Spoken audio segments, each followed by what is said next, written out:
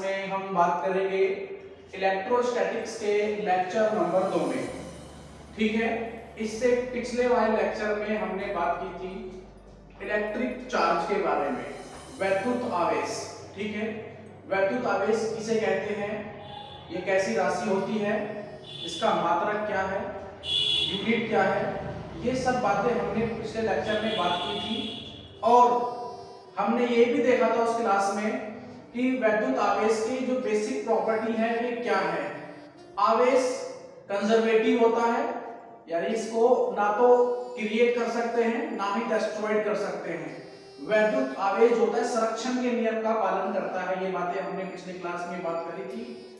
और लास्ट में हमने ये देखा था कि चार्ज जो होता है वो किसी भी बॉडी पर फिक्स अमाउंट में होता है। ठीक है, फिक्स अमाउंट में होता है, यानी सिंगल इलेक्ट्रॉन, जो एक इलेक्ट्रॉन होता है उस पर एक जो चार्ज होता है माइनस में 1.6 × 10⁻⁻19 कूलम होता है। ठीक है जी, किसी बॉडी पर या किसी वस्तु पर जो आवेश होता है वो इलेक्ट्रॉन के आवेश का एक परफेक्ट मल्टीपल, एक नंबर होता है।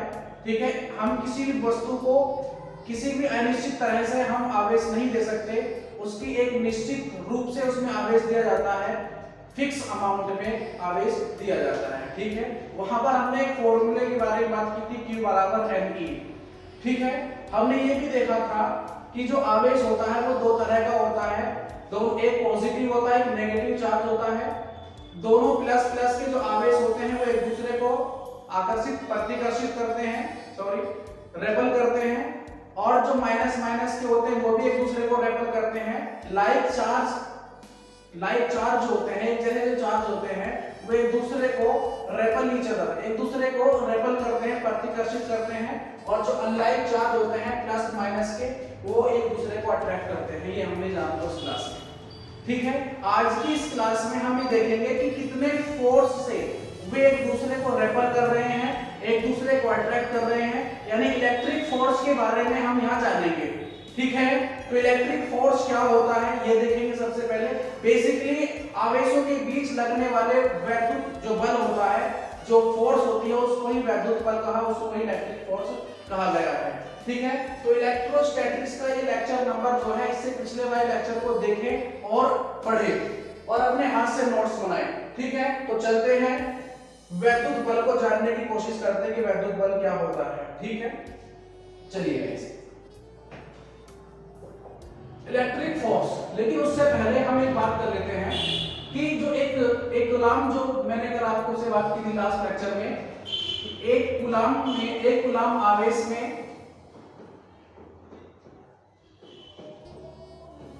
इलेक्ट्रॉनों की संख्या कितनी होती है, ये एक छोटा सा क्वेश्चन है। ठीक है, कितनी होती है एक कूलम आवेश में, इलेक्ट्रॉनों की संख्या कितनी होती है। ठीक है, तो वो बेसिकली एक फॉर्मूले का यूज करेंगे यहां पर। ठीक है, Q = mE। इस क्वेश्चन में हमसे पूछा गया है नंबर ऑफ इलेक्ट्रॉन्स। ठीक है, नंबर ऑफ इलेक्ट्रॉन पूछे गए हैं, तो n = होगा Q/E। चार्ज कितना है, 1 कूलम है, और इलेक्ट्रॉन का जो चार्ज होता है वो कितना होता है, 1.6 × 10⁻⁻19 कूलम। ठीक है, इसको सॉल्व करते हैं, कितना हो जाएगा, 10/16 × 10⁻, पॉजिटिव पावर हो जाएगी ऊपर जाकर के ये। ठीक है, इंटू 10⁻⁻+ +19। ठीक है, +19।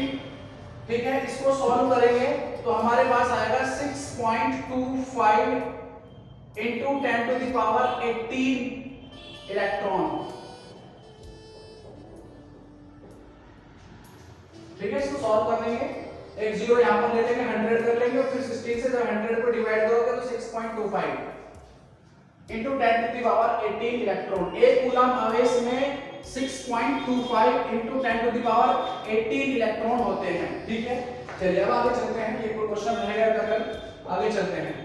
नाउ अब हम देखेंगे इलेक्ट्रिक फोर्स। सबसे पहले इलेक्ट्रिक फोर्स के बारे में जानने की कोशिश करेंगे।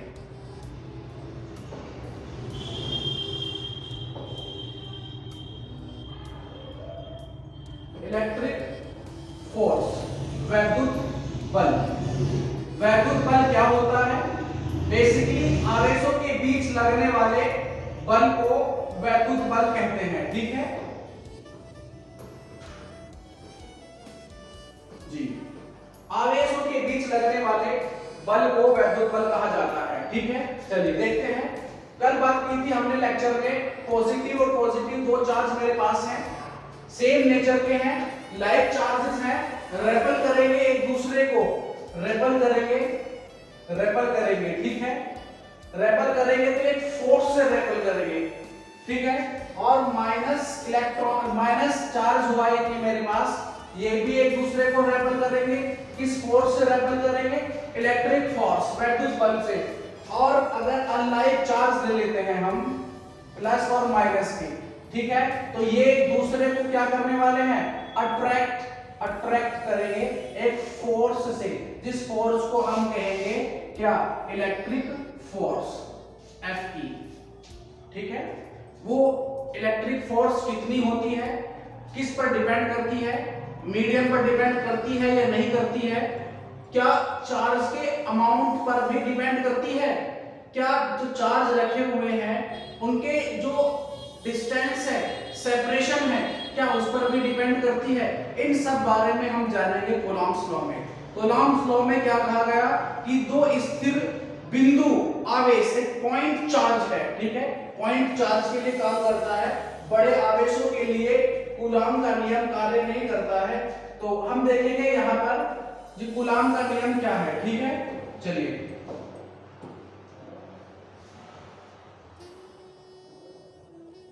जी, कूलॉम का नियम, कूलॉम्स लॉ, कूलॉम का नियम।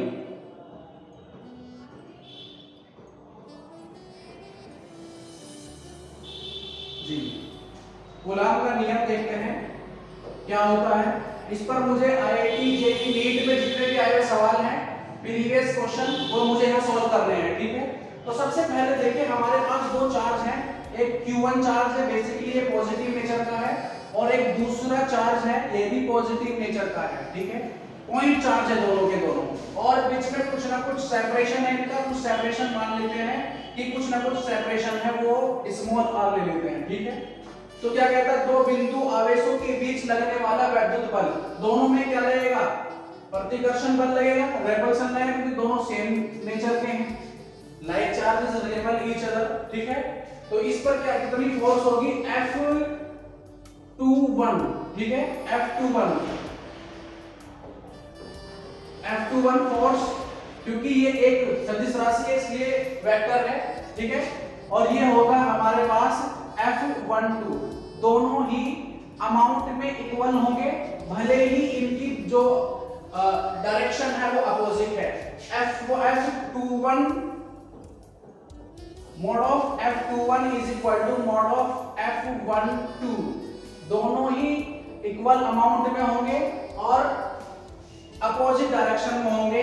ये प्रूफ होता है कि जो कूलॉम का नियम है वो न्यूटन के तीसरे नियम को, न्यूटन का जो लॉ है third law, action reaction law, उस पर भी काम करता है।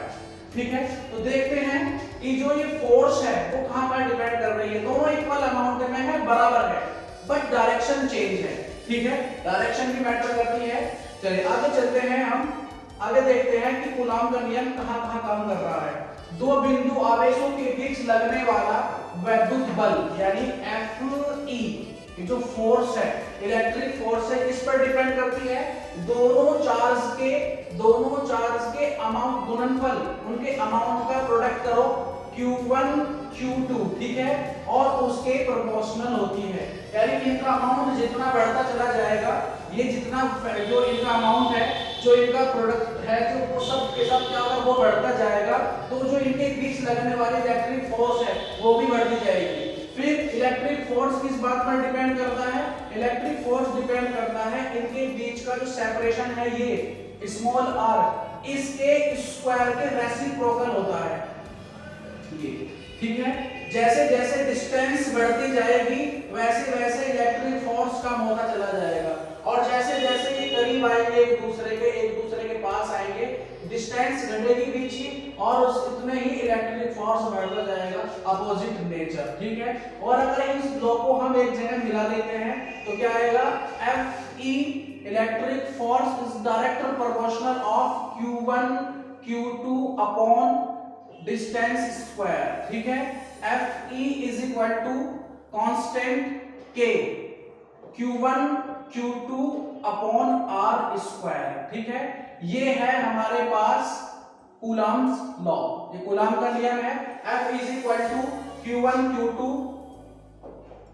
अपॉन में R स्क्वायर,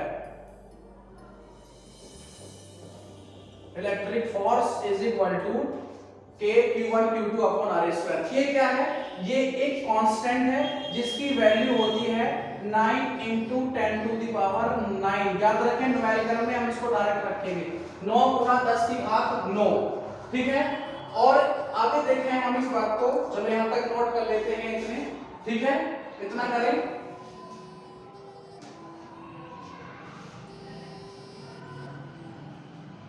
जी आगे चलते हैं हम। हाँ जी, अब आगे देखें, इस K के बारे में थोड़ा जान लेते हैं। ये कूलॉम्ब्स लॉ हो गया, और एक बात याद रखें, अगर ये जो फोर्स होता है लगने वाला, जो इलेक्ट्रिक फोर्स है Fe इधर और Fe, जो इलेक्ट्रिक फोर्स है वो किस डायरेक्शन में होगा, इन आवेशों को, इन चार्ज को मिलाने वाली रेखा, line joining between given charges. ठीक है, दिए गए आवेशों के बीच में जो रेखा खींची हुई है ये इसी की डायरेक्शन में होगा। मान लो ये दोनों पॉजिटिव चार्ज है, जो रिपल्शन फोर्स लगेगी इसमें, तो वो जो होगी ये आवेश एक दूसरे को इधर की तरफ रेपल करेंगे इस तरह से। ठीक है, या अट्रैक्ट करेंगे इस तरह से, ऐसे नहीं होगा। अगर रेपल करेंगे तो ये ऐसे या ऐसे चला जाएगा। अगर ये एक दूसरे को रेपल कर रहे हैं तो जो लाइन जॉइनिंग है उसी के ही बिल्कुल डायरेक्शन में करेंगे। ठीक है, एक बात ध्यान रखने की है। तो K जो हुआ वो basically K is equal to जो हुआ वो हुआ 9 गुना 10 की घात 9, और इसको हम 1/4 पाई एप्सिलॉन नॉट भी कहते हैं। और जो एप्सिलॉन नॉट है ये है निर्वात की वैद्युतशीलता, निर्वात की वैद्युतशीलता। ठीक है, निर्वात की वैद्युतशीलता, और इसकी एक वैल्यू होती है, अभी आने वाले लेक्चर में मैं इसको तो जो है से बात करेंगे। कितनी वैल्यू होती है, 8.85 into 10 to the power minus के 12। इसकी यूनिट के बारे में बात करूंगा, बेसिकली नंबर के बारे में देख लें इसकी कितना वैल्यू होती है। 8.85 into 10 to the power minus 12, इसकी जो यूनिट होगी वो कितनी होगी वो आगे हम बात करेंगे अभी आने वाली क्लास में। उसमें हम इसकी वैल्यू तो बताई थी मैंने आपको, इसकी यूनिट के बारे में, इसकी डायमेंशन के बारे में। डायमेंशन का क्वेश्चन जो है वो नीट में आया है। ठीक है, उसको देखते हैं, सोल्व भी करेंगे उसकी डायमेंशन। ठीक है, चलिए आगे चलते हैं। अब हम ये जानना चाहेंगे क्या ये फोर्स जो होती है मीडियम डिपेंडेंट होती है। जितनी भी मैंने इसमें बात की है वो सारी मैंने वायु को लेकर के बात की है, निर्वात को लेकर के बात की है। ठीक है जी, निर्वात को लेकर के बात की है, क्योंकि निर्वात में जो निर्वात की जो वैद्युतशीलता है वही एप्सिलॉन नॉट होती है। मीडियम अगर चेंज हो जाता है तो परमिटिविटी यानी वैद्युतशीलता भी बदल जाती है। ठीक है, आगे चलते हैं, समझ में आ रहा है ना, नोट करते रहें। उसके बाद अगर हम देखें कूलॉम्ब्स लॉ को, हम वेक्टर फॉर्म में जानने की कोशिश करेंगे कि वेक्टर फॉर्म में क्या होगा। वेक्टर फॉर्म पूछ लेती बोर्ड क्लास में, तो जो वेक्टर फॉर्म है कूलॉम्ब्स लॉ में उसको हम वेक्टर फॉर्म को देखते हैं। ठीक है, चलिए वेक्टर फॉर्म में हम पढ़ेंगे आगे। तो वेक्टर फॉर्म क्या होती है कूलॉम्ब्स लॉ के बारे में थोड़ा देखने की कोशिश करें। वेक्टर फॉर्म सदिश रूप, सदिश रूप,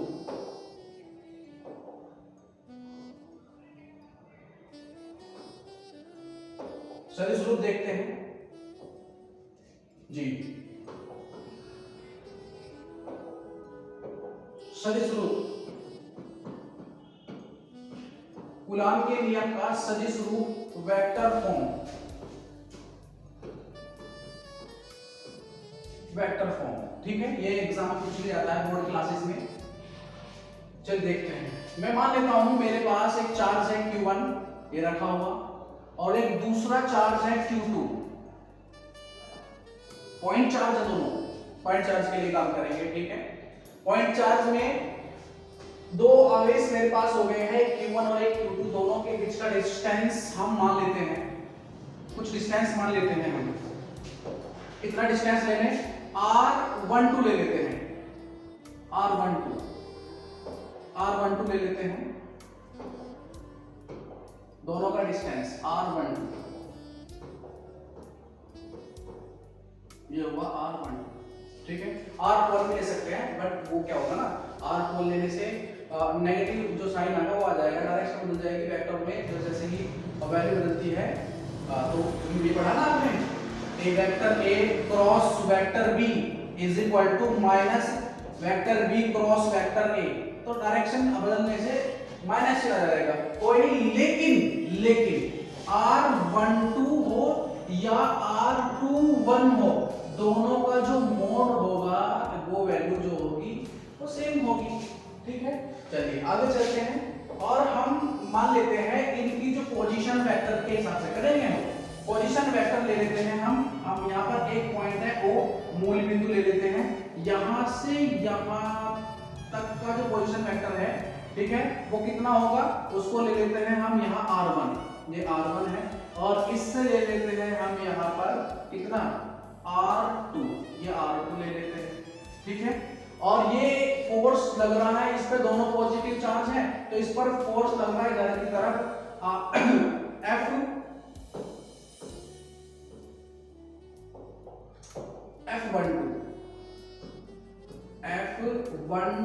ठीक है, एक फोर्स लग रहा है इधर, और एक फोर्स जो लग रहा है इधर, जो हो गया इधर फोर्स लगेगा F21, दूसरे चार्ज पर पहले की वजह से जो फोर्स लग रही है वो इधर की तरफ होगी फोर्स, ये रहा, ये हो गया हमारे पास F21, क्लियर, बोर्ड में दिखाई दे रहा है, हाँ जी। अब क्या करना है, हम चलिए आगे चलते हैं, देखिए 11th क्लास में हमने सदिशों को जोड़ना सीखा है, तो सबसे पहले हम बात करें जो R1 plus R12 is equal to होगा R2, ठीक है जी, ये पोजीशन वेक्टर है R2, यहां से हम फाइंड कर लेते हैं R12 इज इक्वल टू हो जाएगा R2 माइनस R1, ठीक है, ये R1 है। अगर हम देखें तो ये हमारे पास माइनस R21 है, डायरेक्शन बदलने की वजह से माइनस R21, ये याद रखने वाली बात है। आगे चलेंगे हम, अब हम देखते हैं कूलॉम्स लॉ क्या है। मैं आपसे बता दूं कूलॉम्स लॉ जो है F12 के बारे में अगर हम बात करें, F12 इज इक्वल टू कितना होगा, K, कूलॉम्स को यूज कर रहे हैं, कूलॉम का नियम, ठीक है, तो F12 इज इक्वल टू होगा K Q1 Q2 अपॉन में R12, ठीक है, इसका स्क्वायर, और हम यहां ले लेते हैं एक यूनिट वेक्टर R कैप। किसी भी राशि को अगर हमें सदिश दिखाना हो तो उसी डायरेक्शन में एक छोटा यूनिट वेक्टर ले लेते हैं R कैप।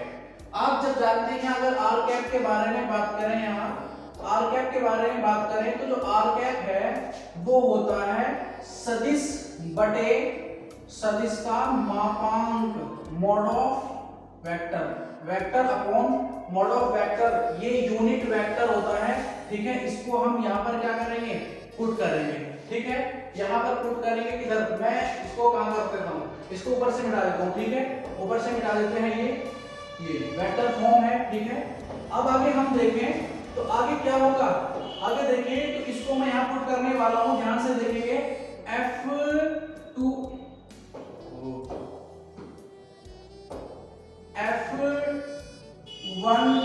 ठीक है, is equal to K Q1 Q2 upon में मोड लगा रहे इसके आप, मोड का, तो R12 मोड का स्क्वायर और ये हो जाएगा R12 अपॉन में R12 का मोड, ठीक है, मोड हो जाएगा।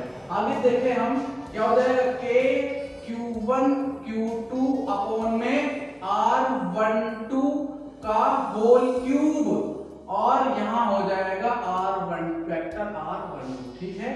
चलिए अब हम अगर देखें इसको तो हम इसको लिख सकते हैं इस तरह से भी, K Q1 Q2 अपॉन में आ जाएगा हमारे पास ये, ध्यान से देखिए ये लिख सकता हूं मैं यहाँ पर क्या, mode of R2 minus R1 का होल क्यूब और इनटू में हो जाएगा कितना, R2 vector R2 minus R1, ठीक है, समझ गए। This is called vector form of Coulomb's law. और इसको आगे भी लिखा जा सकता है इस तरह से, कैसे शो करा दो, minus F21 is equal to क्या हो जाएगा, सिमिलरली इसी तरह से K Q1 Q2 अपॉन में R21 की जगह हो जाएगा R1 माइनस R2, ठीक है, R1 minus R2, R1 minus R2 का whole cube is equal into R1 minus R2, ठीक है। ये vector form of Coulomb's law, समझ गए ना। तो ये वेक्टर फॉर्म है कूलॉम के नियम की, ये बोर्ड के पेपर के लिए इंपॉर्टेंट है और पूछ भी लेता है वेक्टर फॉर्म कितनी होती है, कैसी होती है, क्या फॉर्मूला होता है, तो इसको बेसिकली तैयारी करें इसकी, ठीक है। अब हम आगे चलते हैं, समझ में आ गया ना। ये दो चार्ज है मेरे पास, एक Q1 और एक Q2, ठीक है, और इसके जो वेक्टर फॉर्म है वो मैंने बताई है आपको, F12 और F21, ठीक है। आगे थोड़ा सा देखें यहाँ पर, आप यहाँ देखें हमारा रिजल्ट आया है, हमारे पास क्या रिजल्ट आया है, रिजल्ट आया है कि F12 का जो मोड, देखो मोड में ये इक्वल होंगे, मोड में ये इक्वल ही होंगे, इनका अमाउंट जो होगा, मोड जो होगा संख्यात्मक रूप में न्यूमेरिकल वैल्यू इनकी इक्वल होगी, लेकिन अपोजिट डायरेक्शन में इसलिए होंगे क्योंकि एक दूसरे को विपरीत दिशा में प्रतिकर्षित कर रहे हैं, ठीक है। इक्वल अमाउंट से एक दूसरे को रेपेल भी करेंगे और अगर एक प्लस और माइनस का हो तो उतने ही फोर्स से एक दूसरे को क्या करेंगे, अट्रैक्ट भी करेंगे, ठीक है। तो इक्वल अमाउंट में, ठीक है, बराबर जितना ही फोर्स Q1 Q2 पे लगाएगा उतना ही फोर्स Q2 Q1 पे लगाएगा अपोजिट डायरेक्शन में, ठीक है। आगे चलते हैं, तो आगे की जो क्लास है उसमें हम बात करेंगे इसकी लिमिटेशन के बारे में, कूलॉम का नियम कितनी लिमिटेशन, कहां तक इसकी लिमिटेशन है, ठीक है। आगे चलते हैं, और मैंने आपको ये बता भी दिया है कि ये जो है न्यूटन के थर्ड लॉ को फॉलो करता है, ठीक है, एक्शन रिएक्शन लॉ। चलिए आगे चलते हैं, limitation of Coulomb's law, limitations of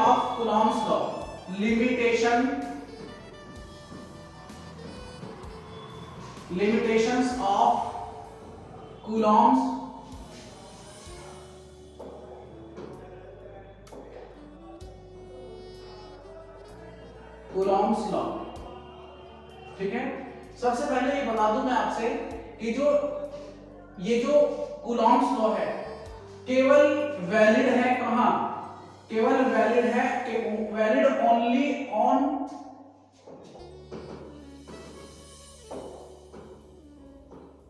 point charge पर ही काम करता है, ठीक है, समझ रहे हैं ना जी। उसके बाद दूसरी बात करें, अगर दोनों charge both charges are in rest, अगर दोनों चार्ज रेस्ट कंडीशन में है तब भी ये वैलिड होगा, ठीक है। उसके बाद तीसरी कंडीशन अगर देखें हम, बोथ चार्जेस, यहां वैलिड होगा ये, ठीक है, ये वैलिड होगा, ऊपर भी वैलिड होगा, यहां भी वैलिड, यहां भी वैलिड होगा। Both charges are in motion, अगर मोमेंट कर रहे होंगे, चल रहे होंगे, तो यहां अनवैलिड हो जाएगा, यहां काम नहीं करेगा, ठीक है। और अगर ऐसा हो कि दोनों चार्ज उनमें से दोनों में से एक चार्ज तो मोशन में हो, one charge is in motion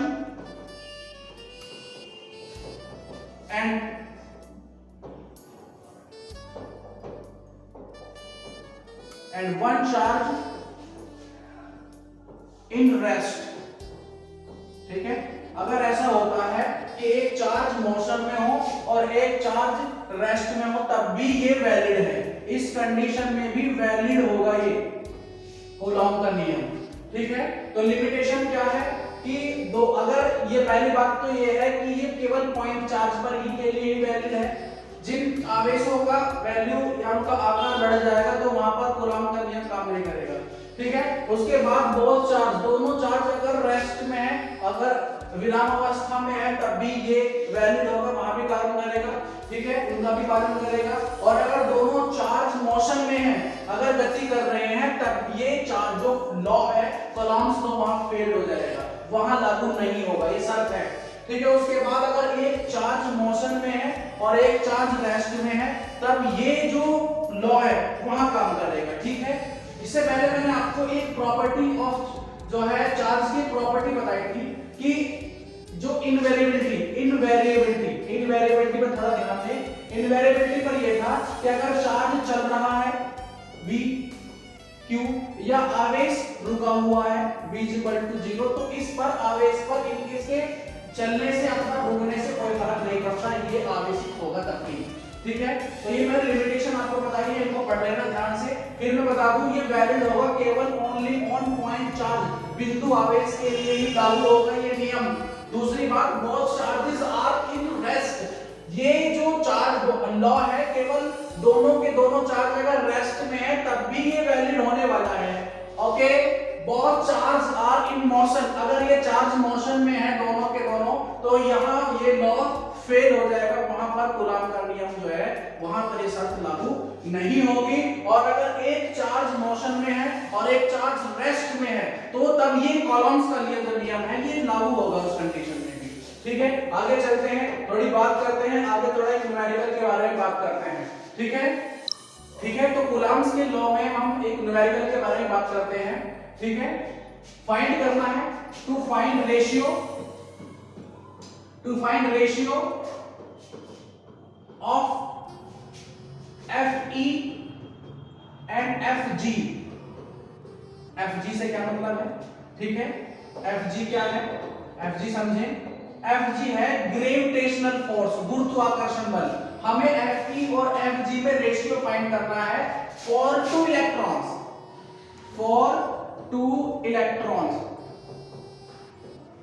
ठीक है, दो इलेक्ट्रॉनों के लिए हमें उसमें लगने वाला जो वैद्युत बल है और गुरुत्वाकर्षण बल है हमें उसका रेशियो फाइंड करना है। ठीक है, टू फाइंड द रेशियो। और हम देखते हैं वे कुछ डिस्टेंस पर रखे हुए हैं, ये कुछ डिस्टेंस पर हैं, कितने डिस्टेंस पर है वो भी देखते हैं। ये एट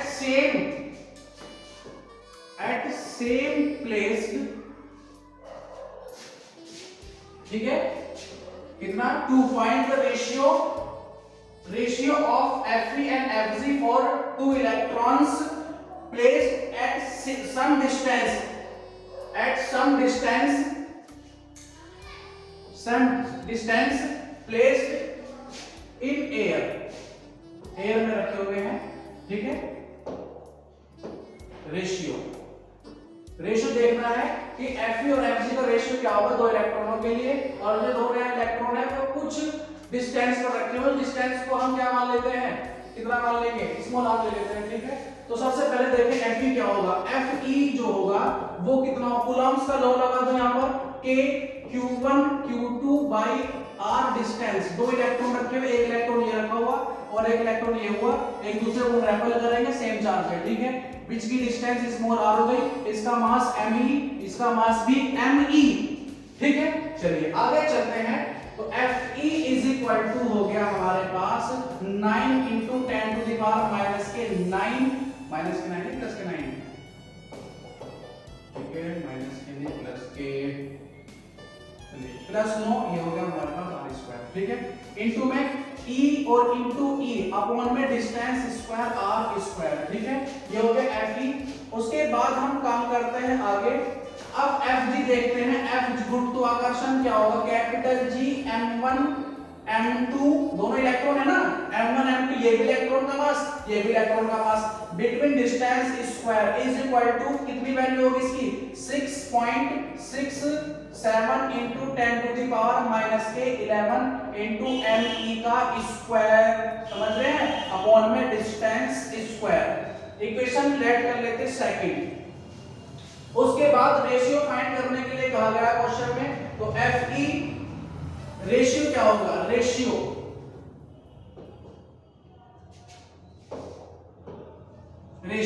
क्या होगा कि हाँ यहां देखते हैं एफ ई अपॉन में F G is equal to, जो सेम होगी वो डिलीट कट कर देंगे, आर स्क्वायर कट हो जाएगा, यहां से यहां आर स्क्वायर कट हो जाएगा और ये हो जाएगा 9 गुना 10 की घात 9 इनटू में ई और ई स्क्वायर, ई इलेक्ट्रॉन का charge minus 1.6 into 10 to the power minus के 19 है, स्क्वायर होगा तो प्लस हो जाएगा, तो 1.6 into 10 to the power minus के 19 का स्क्वायर अपॉन में आएगा कितना 6.67 into 10 to the power minus 11 और mass of electron 9.1 into 10 to the power minus के 31 केजी का v स्क्वायर, ठीक है।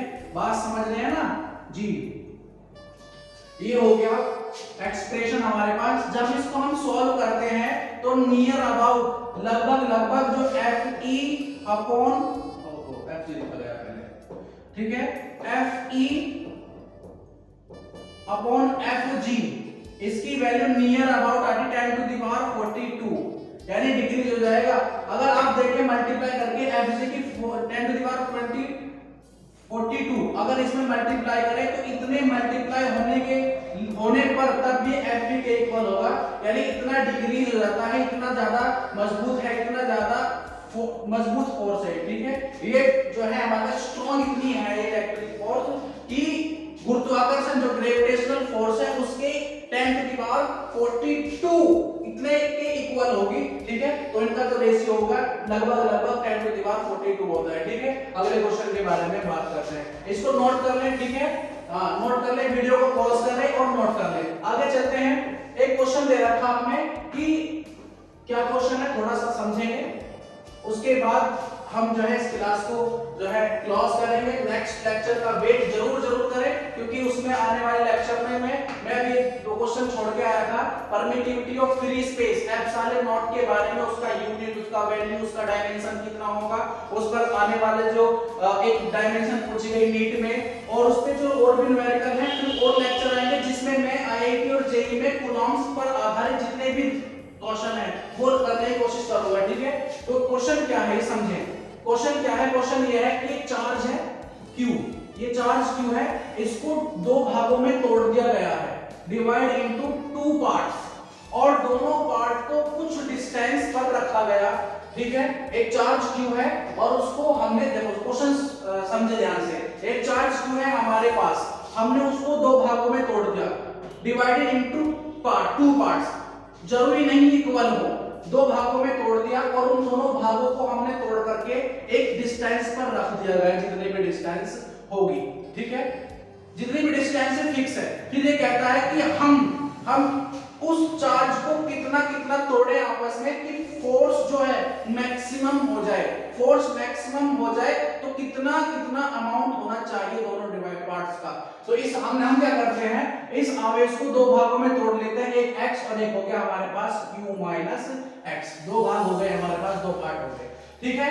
उसके बाद इसको कुछ डिस्टेंस पर रखा गया है, एक x है और एक है हमारे पास q माइनस x, एक ये है, ठीक है। हमें x की वैल्यू फाइंड करनी है और कुछ डिस्टेंस d लेट कर लेते हैं कि हम दोनों भागों को टोटल अमाउंट, अगर आप इसको जोड़ोगे ऐड करोगे तो कैपिटल Q चार्ज है, दो कैपिटल Q चार्ज को तोड़ दिया हमने दो भागों में, जरूरी नहीं कोई इक्वल हो, ठीक है। फिर हमने उसको एक डिस्टेंस पर रख दिया गया, कुछ कांस्टेंट डिस्टेंस पर रख दिया गया।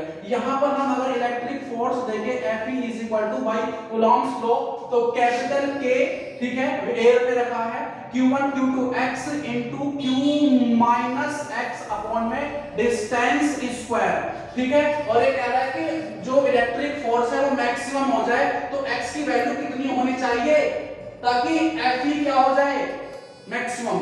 अगर आप 12th क्लास में आपने देखे हो वो मैक्सिमम मिनिमम पढ़ा हो, तो अगर ये कहता है कि Fe जो है मैक्सिमम हो जाए, तो जो इसका फर्स्ट डेरिवेटिव होगा वो 0 के इक्वल रख दो मैक्सिमम मिनिमम में, तो क्या हो जाएगा डिफरेंशियल ऑफ Fe, हाँ जी, differential of Fe upon into dx। x के सापेक्ष आप Fe का क्या करते हैं, डिफरेंशियल करके उसको 0 के इक्वल रख दो, तो ये मैक्सिमम कंडीशन है, मैक्सिमा पढ़ा है हमने, मैक्सिमम मिनिमम, ठीक है।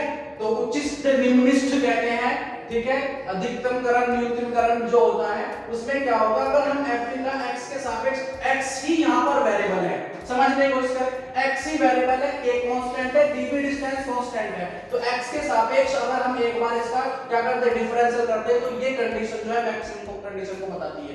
चलिए करते हैं, k और d स्क्वायर, ये तो हो गया कांस्टेंट, बाहर कर दिया गया, तो differential with respect to x किसका, qx, अच्छा मल्टीप्लाई कर लो, qx माइनस x स्क्वायर का डिफरेंशियल करने वाले हैं इज इक्वल टू 0। ये पूरी quantity q k upon d square जो है वो इधर जाकर के 0 हो गई है, तो क्या हो जाएगा, डिफरेंशियल कर दो, q इनटू 1x का 1 होगा into 2x is equal to कितना हो जाएगा, 0। अगर यहां से सॉल्व करें तो q इज इक्वल टू हो जाएगा 2x और x इज इक्वल टू कितना हो जाएगा, q बाई 2। तो कहने का मतलब क्या है कि अगर हम मैक्सिमम फोर्स चाहते हैं, इलेक्ट्रिक फोर्स जो है मैक्सिमम चाहते हैं, तो हमें दोनों भागों को बराबर बराबर मात्रा में डिवाइड करना चाहिए। क्वेश्चन ये था कि एक चार्ज दे रखा कैपिटल Q और उसको हमने दो भागों में तोड़ दिया है, पता नहीं मात्रा कितनी है, कितने अमाउंट में तोड़ा गया है, और ये कहता है कि हमने उसको एक कांस्टेंट डिस्टेंस पे रख दिया गया।